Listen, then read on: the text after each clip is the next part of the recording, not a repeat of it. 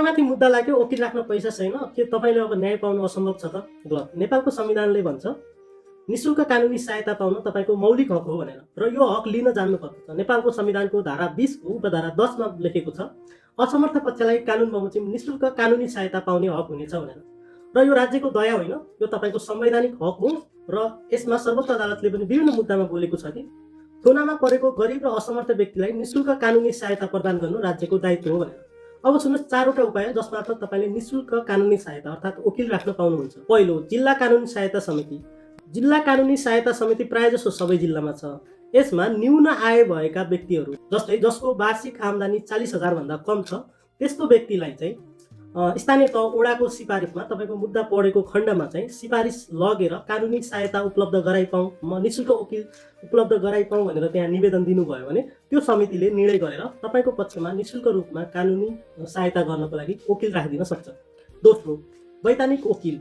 वैधानिक वकिल भनेको जिल्ला अदालत, उच्च अदालत र सर्वोच्च अदालत तीनै तहको अदालतमा अदालत स्वयंले नै तलब दिएर वैधानिक तलब वेतन दिएर चाहिँ तपाईको पक्षमा जस्तै नाबालक भयो, वृद्ध भयो, त्यसपछि विपन्न भयो, असहाय पक्षले वकिल राख्न सक्दैन, मलाई चाहिँ कानुनी सहायता प्रदान गरिपाउँ, मलाई वैधानिक वकिल उपलब्ध गराइदिनुस् भनेर अदालतमा तपाईले निवेदन दिनुभयो भने त्यस्तो अवस्थामा पनि त्यस्तो पक्षलाई चाहिँ अदालतले वैधानिक वकिललाई चाहिँ तपाईको पक्षमा मुद्दा लड्नको लागि नियुक्त गरिदिन्छ। र तेस्रो, नेपाल बार एसोसिएसन जो चाहिँ वकिलहरूको संगठन हो, त्यसले चाहिँ बेला बेलामा चाहिँ विभिन्न कानुनी सहायताहरू, विभिन्न कानुनी परामर्शहरू र कानुनी जानकारीहरू प्रदान गर्ने परियोजना चलाउँछ। यसमार्फत यदि तपाईले सम्बन्धित जिल्ला बार एकाइहरूमा जानुभयो र त्यहाँ तपाईलाई परेको समस्या राख्नुभयो भने त्यस्तो अवस्थामा जिल्ला बार समितिले पनि तपाईको पक्षमा चाहिँ कुनै वकिललाई चाहिँ नियुक्त गरिदिन सक्नुहुन्छ अथवा तपाईलाई कानुनी परामर्श अथवा कसरी प्राप्त गर्ने भनेर तपाईलाई बाटो देखाइदिनुहुन्छ।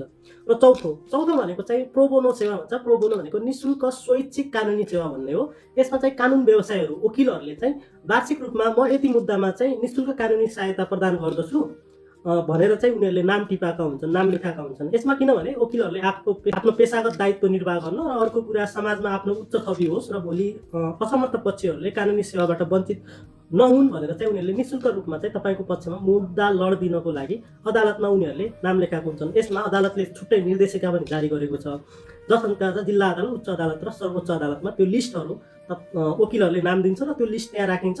यदि कुनै पक्ष मलाई प्रोबोनो सेवा प्रदान गर्ने वकिललाई उपलब्ध गराइदिनुहोस्, म चाहिँ वकिलको वृत्ति तिर्न असमर्थ छु, त्यही भएर मलाई स्वैच्छिक रूपमा कुनै प्रोबोनो सेवा दिने हुनुहुन्छ भने उहाँसँग जोडिदिनुहोस् भन्नुभयो भने तपाईले अदालतबाटै त्यस्ता कानुन व्यवसायहरूको पनि नम्बर अथवा उहाँहरूको सम्पर्क कार्यालय तपाईले प्राप्त गर्न सक्नुहुन्छ। र एउटा महत्त्वपूर्ण कुरा, जुन जिल्ला कानुनी सहायता समितिमा छ त्यसमा लैङ्गिक हिंसामा परेका महिला र दण्डपीडित व्यक्तिहरूको लागि त्यो न्यून आय 40,000 को क्याप पनि देखाइराख्नु पर्दैन, उहाँहरूले सिधै कानुनी सहायता प्राप्त गर्न सक्नुहुन्छ। त्यसैले न्याय पैसाले मात्र मिल्दैन, न्याय अधिकारले मिल्छ। यदि तपाईलाई यो अधिकार थाहा थिएन भने पक्कै तपाईँ वञ्चित हुने अवस्था रहन्थ्यो। अब तपाईले यो भिडियो त्यो साथीलाई पठाउनुहोस् जसलाई अहिले न्यायको खाँचो छ तर उसलाई वकिल राख्न पैसा छैन, र सँगसँगै यस्तै कानुनी जानकारीको लागि तपाईले कानुनी साथीलाई फलो गर्नुहोस्। र एउटा महत्त्वपूर्ण कुरा के भने, यदि कुनै पनि वकिलले तपाईको मुद्दा लिएर, जस्तै एउटा र्युमर के छ भने निशुल्क रूपमा राखेको वकिलले मेरो पक्षमा काम गर्ला र मेरो त अहित हुने काम गरिदिनु हो कि भन्ने डर छ। यदि त्यो गरियो भने त्यस्तो वकिल अथवा त्यस्तो कानुन व्यवसायको विरुद्ध पनि उजुरी दिन सकिन्छ। यदि तपाईसँग त्यस्तो कुनै अवस्था, त्यस्तो इन्सिडेन्ट भएको छ भने कृपया कमेन्ट गर्नुहोस्। त्यसको लागि उजुरी कसरी दिनुपर्छ त्यो पनि म भिडियो बनाउने छु। Thank you.